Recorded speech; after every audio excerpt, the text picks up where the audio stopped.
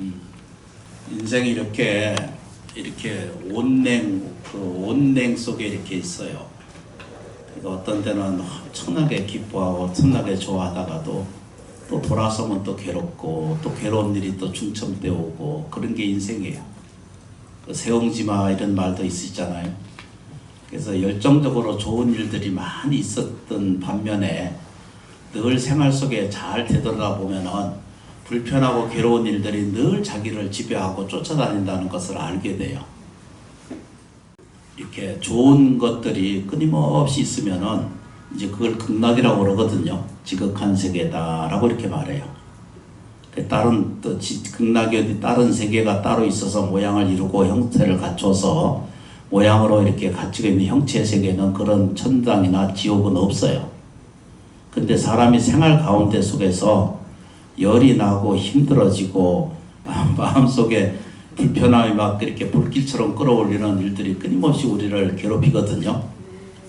이런 것들이 사람을 항상 이렇게 지배해요. 이건 저도 그렇고 여러분들도 그렇고 인생 만사가 다 똑같이 겪어요.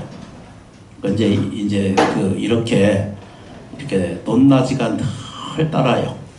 늘 항상 광명으로만 있고 항상 따뜻하고 안락하고 이렇게 온화한 세계가 오늘 봄날처럼 이렇게 자꾸 일려져 있는 것만이 세상에 있으면 너무나 얼마나 좋겠어요. 근데 이제 그렇지 않거든요. 그래서 이게 이 냉탕에 들어가고 이렇게 온탕에 들어갔다 나온 것처럼 이렇게 왔다 갔다 이렇게 해요. 그래서 이거를 이 뭐라 그래야 되죠? 냉정한 사이다 이렇게 말해. 따뜻한 사이는 좀 적고 냉정한 시간이 훨씬 많거든요. 참 살아보면 그렇잖아요. 좋은 관계나 좋은 생활, 좋은 이 인연은 좀 적고 불편하고 괴로운 일들은 끊임없이 반복적으로 우리 삶 속을 지배하고 있거든요. 그래서 이제 부처님 말씀을 이제 따라서 배우고 공양 예경을 드리거든요. 그래서 내용을 잘 따라가 보면은 우리가 들여다보고 있는 이 세계에서 기쁨이라든가 사랑이라든가 행복이라든가 이런 것도 인간이 가지고 있는 모든 사랑이고 행복이고 만족이고 느낌이고 이렇게 좋은 느낌을 갖는 것도 이것도 부정할 수 없는 세계에 우리가 함께 하는 것은 분명히 맞으시잖아요. 그죠? 그런데 이걸 부정할 수는 없어요. 나쁘다라고 절대 말할 수 없습니다. 그런데 우리가 늘 이것이 조금씩 더 많이 플러스 상태로 연결되게 되게 하려면은 보다 나은 자기의 삶에 대한 지평을 조금씩 더 많이 행복하고 더 많이 만족하고 더 많이 다복한 삶을 이렇게 열어갈 수 있는 길을 그거를 서가세존이 열어놓으셨어요. 우리는 그렇게 할 수 있는데도 불구하고 그렇게 하지 않는 것은 우리의 선택이 항상 반대로 선택을 한다는 거예요. 좋은 것도 여기 좀 보세요. 좋은 것도 무수히 많이 열려져 있고요. 불안하고 불편한 것도 무수히 많이 열려져 있어요. 근데 우리는 불안하고 불편한 것은 훨씬 더 자기가 선택을 해요. 아닌 것 같은데도 그래요. 이게 이제 우리가 이제 자기가 선택해 뭐든지 옷도 내가 가서 샀는데도 내가 가서 입어보면 불만스럽고 집도 내가 구했는데도 만족치 않고 그렇죠. 심지어는 신랑을 구했는데도 이걸 어디 가서 반품을 하나. 자기가 선택해 왔거든. 근데도 그걸 붙들고 앉아서 지가 시비를 하고 지가 싸우거든요. 좀 희한한 일이 생겨. 애시당부터 선택을 하지 말든지. 그건 자식도 마찬가지고 생활도 그렇고 환경도 그렇거든요. 다 요거밖에 없는 거예요. 아주 큰 문자나 큰 형태나 문 내용이나 이런 것들을 들여다보면서 그게 매달리는 것도 그런 것도 중요하지만 언어도 중요하고 문화도 중요하고 생활도 중요하잖아요.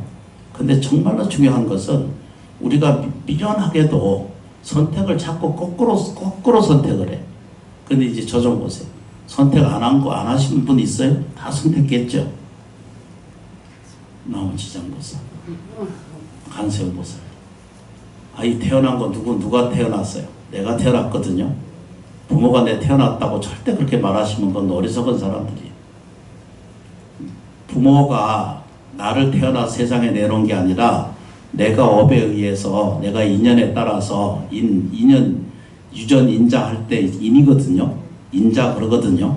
이웃 동료에서는 맨날 인자 그러거든요. 그 인이 남아서 그 부모를 택해서 태어나는 거예요. 절대 그 부모 운명할 것입니다. 그러니까 눈을 뜨고 보면 이 세상의 모든 것에 이 흥과 불행은, 행복과 불행은 누가 만들어요? 자기가 선택에 의해서 만든 거예요. 요렇게 아주 작은 이치만을 우리가 공부하고 이해하는 것만으로도 인생은 완전히 달라지고 완전히 보다 나은 행복한, 보다 나은 만족감이 훨씬 자기를 지배하게 되는 인연을 만나게 돼요. 그러니까 어떻게 해요? 선택한 거 어떻게 해요? 이거를 원망할 거예요? 이걸 탓할 거예요? 이걸 불만족을 드러낼 거예요? 그걸 하는 사람들이 얼마나 미련하고 얼마나 이게 중생심이고 얼마나 사람이 이 자기 업을 점점 미래세를 앞날을 점점 어둡게 하고 있다는 것을 이걸 깨우치게 해주는 게 서가세존이에요. 납득이 되시면 너무나 좋겠어요. 귀한 시간에 모여서. 그렇죠, 그죠? 기가 막힌 거예요. 그러니까 복잡하고 다단하고 어떤 것들을 엄청난 것을 배우고 무슨 깨달음 이런 거를 안 배워도 경전하는 그렇게 아주 자연히 설명해 놓으셨어요. 그건 누가 선택해요? 내가 선택해요. 앞날도 뒷일도 옆일도 윗일도 아랫일도 다 누가 만들어내요? 자기가 만들어 자기가 선택한 거예요. 그렇죠, 그죠? 그러니까 똑같은 거예요. 그러면 아까 말했죠, 그죠? 지속 가능한 인생을 만들어 가려면 금생에 살면서 아주 귀한 인생이 정말로 복되게 하고 정말로 윤택하게 하고 정말로 이렇게 건강한 삶을 계속 유지해 가는 마음의 태도를 가지시려면은 뭘 해야 돼, 그죠? 이미 선택된 건 어떻게 한다? 후회하지 않는다. 선택한 것은 후회하지 않는다. 그리고 매달리지 않는다. 그 다음에 가지고 있는 것에 대한 이 선택이 봐요. 집도 그렇고 생활도 그렇고 차도 그렇고 그렇죠. 심지어는 화장품부터 그 화장실까지 뭐든지 다 자기가 만들어내는 세계인 줄 알게 돼요. 가만히 생각해 보니까 뭐라고 생각해? 아이고 내가 선택해놓고 이렇게 미련한 짓을 또 한다 이래. 불자님들하고 약속을 어기는 일을 내가 안 하려고 그렇게 맹세하고 살거든요. 근데 그렇게 안 될 경우가 한 번씩 생기더라고요. 본의하게. 그런데 이제 그 어떤 것을 탓하고 어떤 것을 시비를 하는 것은 얼마나 미련한 짓이에요. 그러니까 다시 말하면 아까 말했죠, 그죠? 냉탕에 들어가서 차갑고 힘들고 억울한 것을 이걸 냉탕이라고 그러잖아요, 그죠? 온냉의 인생이라고 그러잖아요. 그 냉생에 들어간 것은 자꾸 그걸 탓하고 불평하고 불만하는 것은 자기 선택해놓고 자기가 불안하고 불편하다는 것을 자기가 외치고 사는 것과 똑같아. 아무 안 생겼어. 반대로 가면 그 대학에 보세요. 이 집도 내가 했고, 그러니까 다 모두가. 그러려면 좋은 면을 보는 거거든요. 그래서 자기 선택에 그렇게 눈이 자꾸 열리셔야 돼요. 그러려면 어떻게 해야 돼요? 신랑한테 좀 될 수 있으면 덜 짜증내고, 잔소리 좀 덜 하고. 당신 자신이 선택한 거거든요. 그러니까 붙들고 앉아서 평생 싸우는 거 있죠. 노부부 두 분이 싸우는 걸 보면 기가 막혀요. 거의 60년을 같이 사셨는데 아직도 싸우는 거죠. 그거는 단지 뭐죠? 관념 차이고요. 이 뭐죠? 편견 차이예요. 자기 생각에 대한 것이 불만족하다라고 하는 생각이 어리석음이 자기를 지배하고 있기 때문에 그런 생각에 쫓아다니지 않으셔도 돼요. 그래서 좀 놓으세요. 뭘 놓아요? 그냥 그 웬만한 거는 그냥 다 놓아드리시고 웬만큼 용서해드리고 웬만큼 뭐죠? 내가 먼저 이해해드리고 베풀어드리고 따뜻하게 대해드리시면 돼요. 자식을 어떻게 할 수 없고요. 남편 어떻게 할 수 없고 자기 아내 어떻게 할 수 없습니다. 해봐요 그 되나? 절대 안 되거든요. 그거부터 오늘부터라도 남편님 감사합니다 이렇게 하루에 108번 하고 근데 요 이제 자식님 감사합니다 이거 하라 그러면 그걸 하면서도 남편님 감사합니다 이거 잘 안 하시더라고요. 그렇게 감사할 게 없대요. 고생만 제가 감사를 받아야죠. 거꾸로 얘기를 합니다.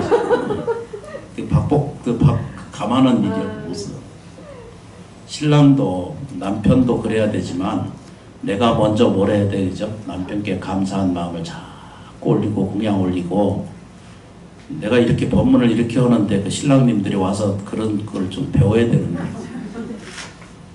그렇게 이해되는 것이 인생의 초점이에요. 자, 이해하고 들여다보면 원망할 것이 없어요.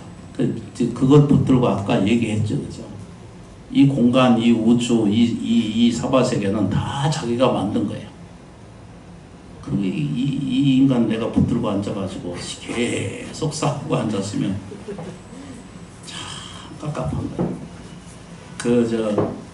우리 부처님 법문에 이런 거 있잖아요. 그 노 부부가 둘이 이제 떡이 3개가 있었는데 법 백유경에 나오는 백유경이라고 하는 경전이 있거든요. 아주 유명한 거예요. 들어보셨죠, 그죠? 떡이 3개 있는데 둘이 하나씩 먹었어. 하나가 남았어. 가위바위보 하면 되는데 양보하면 되잖아, 그지? 그래서 내기를 했어. 말 안 하기로.